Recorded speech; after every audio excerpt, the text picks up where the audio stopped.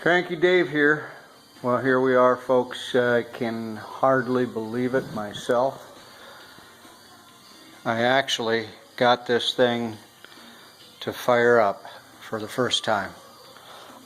Weary and tired and a lot of times discouraged, all because of something related to this, what they call the primary compensator sprocket. All I have is what to go by is what had been previously done, and there was a compensating sprocket in here, and typically they include a cup like this in the compensator sprocket assembly. So I was jamming this in only finally today to keep reviewing pictures of compensator pulley kits in the catalogs and things, and this is what I'm basing it off of.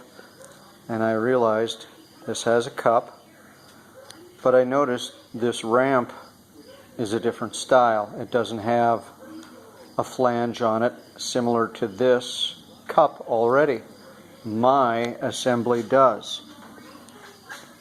So lesson learned. This is somebody else's work that cobbled this assembly together, put it in, and I've been fighting this for the better part of a week and a half, trying to figure out why doesn't this bike turn over with the electric starter, with the kick starter, when everything, by all intensive purposes, from the way it was put together before, it doesn't want to turn over. It turns over if I turn it with the wrench. It doesn't turn over if I try with the electric starter.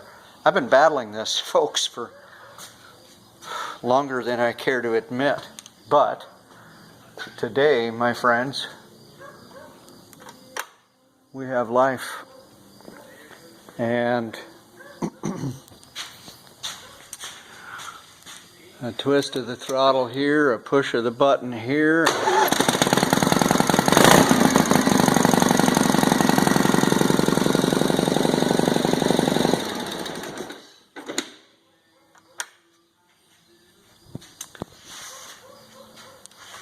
For whatever it's worth, for whatever all aggravation you invest into something like this, when you hear that, it all goes away. Now I can do the fine detail stuff and finally get this bad boy on the road. My nurse bottle here will get me through the timing process and get me through the adjustment on this wild ass crazy Delorto 2-barrel carburetor. Sounds as healthy as I would have ever wanted it to be. I'm